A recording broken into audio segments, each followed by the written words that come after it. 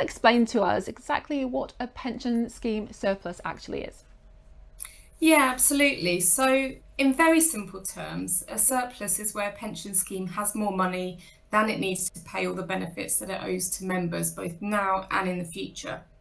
And to go a bit further, so a pension scheme holds assets which are built up from historic employer and employee contributions and then investment growth.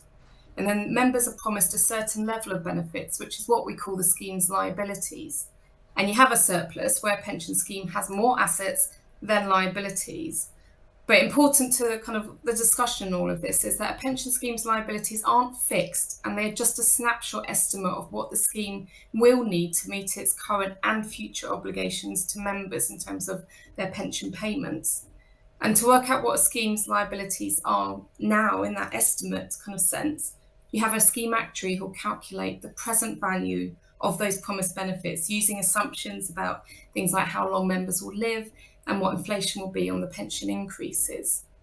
And where it can also get a bit complicated is there are different ways of measuring the funding level of a pension scheme, and you can be more or less prudent on your assumptions. So just because a scheme is shown as being in surplus on one calculation measure, it doesn't mean that it will on all of them, and that's crucially important to considering any release of surplus and how you go about that discussion.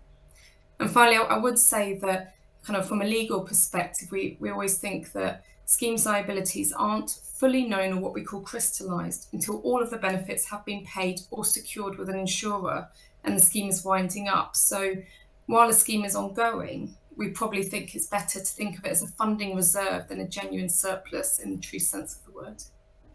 As you rightly say, there are a lot of things to consider when we're talking about pensions in general, not just the surplus. But why has this become such a big topic now?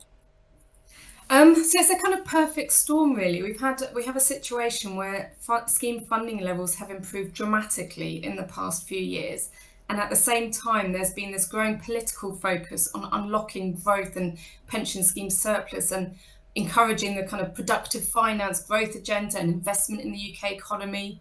Now, we had a very long period of time of schemes being in deficit, and now it's kind of flipped. We've got the opposite situation. And that is largely due to the sharp rise in gilt yields in 2022 that we saw following that trust mini budget.